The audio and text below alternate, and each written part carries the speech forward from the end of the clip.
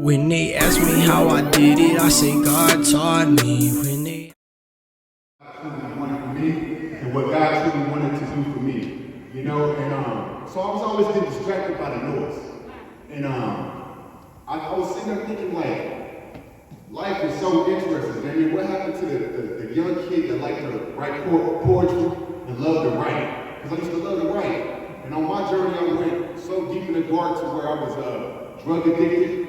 And I was recording music. I was doing drugs all day at work, selling insurance to old people that didn't need insurance policies. So I was just about the money. I'll get off work, go to the studio, do drugs, record songs that just dictated darkness, you know? And I leave the studio, go rob some people before I went to the club, go to the club, stay out all night, and go to work and do it all over again. It was just, and it got to the point I went so dark. That when I tried to get out, like the music I was rapping about, it was kind of self-inflicted. Like I would do these crimes and put it in my music, and everybody's like, "Oh, you really living how you talk about." So it's kind of motivating me to do more in music and do more of the crime. And it got to a point where I knew I wasn't going the right direction. I felt disconnected from my soul, and I just felt like I had to become somebody else.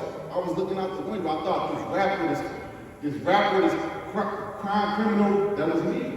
And at one point I tried to stop, and I had friends in the studio like, "No, man, we love what you're doing." And I started doing drugs, and they was like, "You think you can record music without doing drugs?" I said, "Man, I got talent. I can record without the drugs." But I had finished the CD after 2 years. The CD was so powerful that I popped in the CD and I had like 2 months clean. I was happy about myself. I put that CD in. The words on it was so powerful. I had to call my drug man up because I recorded the whole CD out. So I felt that vibration in that music. And I called my drug man up right after listening to the finished product and when it got high again. And within 2 months or so, I ended up in rehab. And I got out of rehab and I had a friend call me and said, "You ready to get back into doing music?" I'm in Target, like shopping for regular products, like trying to find basic essentials, fresh out of rehab. And I said, "Man, I don't believe in the music I was doing no more. I can't do that." He's like, "We got a song spinning in the club." I was like, "Oh, that's all good, but I can't do that wholeheartedly knowing that God has chosen me for a different path." Woo. He was like, "Don't you know what a Rolls Royce?" And it sounded good, but it's me looking out the window again. I felt like something was missing, you know, and that was kind of my story. I couldn't put out that music knowing what it did to me. It sounded so good, the party and the thing, but they don't get to see the part where Damien ended up in rehab at the lowest point in his life. Amen. And I can't put that out there knowing being real what my own music did to me. There you go. You know, so like, when did we stop feeding into the narrative of the world and feed into the narrative that God got for us? Woo. And he definitely had a narrative on me. I look back on my journey, I had people come up to me and say, I was in the dark, people of God come up and talk to me. And I was like, man, why these people always coming up to me? People, my coworkers used to say, why these people always come up? It's something, he coming for you. And I'm like, man, why you want me? It was true. And I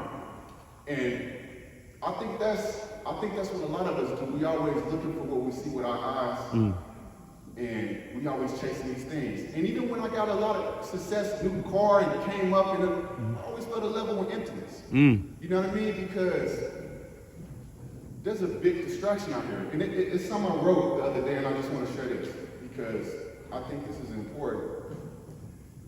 It says, I wrote, "As many people drenched in diamonds hurting just like you. As many people with perfect fit bodies working out to perfection with super insecurities. As many people in relationships walking every day with void, dealing with self." You know, people be like, relationship goes, and then you see these people get divorced or something. We always look with the eyes, but you know, everything ain't what it seems. I said, deception comes on many levels. Stop idolizing and start the true level of going in and dealing with you. You know what you want. Stop finding the dreams and create one. If we look inside ourselves, God will bring us to truly what we want to bring into the world. So like with that said, like I finally went in and dealt and let God work with me, and I ended up writing this book right here. It's called The Absolute MindShift. And this book is just the lessons that I learned and the process he took me to really become open for how he wanted to use me. You know, and you know, And God, I think God wants to use us all. So it's real interesting to watch everybody with their talents. And he uses all different. And my main message is like, you gotta stop looking out the window and really look at what God gave us and the offering he gave each one of us. Amen. It's beautiful to see everybody doing their thing. Yeah. And I appreciate y'all letting me talk. And thank you. Don't give me near my I ain't got my hair done. I'm sorry, I was just getting my cuz over here. I'm proud of him and what God doing in his life. I'm looking at how to text. My son, I got to put you something. Yeah, jogging pants and a t-shirt. Wait, catch me with my clothing line. I ain't getting, I got you. I ain't getting. Say catch you. All right, so next time I come, make sure you all did up, girl. Do your thing. I got a boutique. I got a clothing line. God, You do? Yeah. Where is it? I'm gonna show you where. Let me know. When we come do this something for you, bring some people out.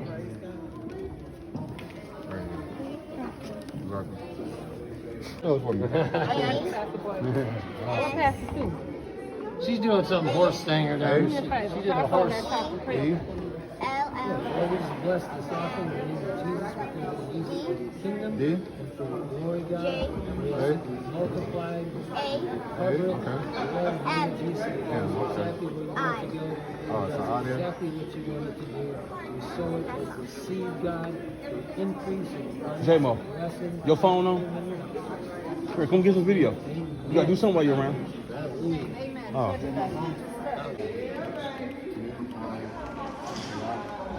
I tried. She's a girl that goes, she was here earlier, she's one that had the red colored hair that matched my shirt. So, yeah. How you doing today? She had to leave early and she Good. said, And I say God taught me. When they ask me why I'm different, I say God taught me.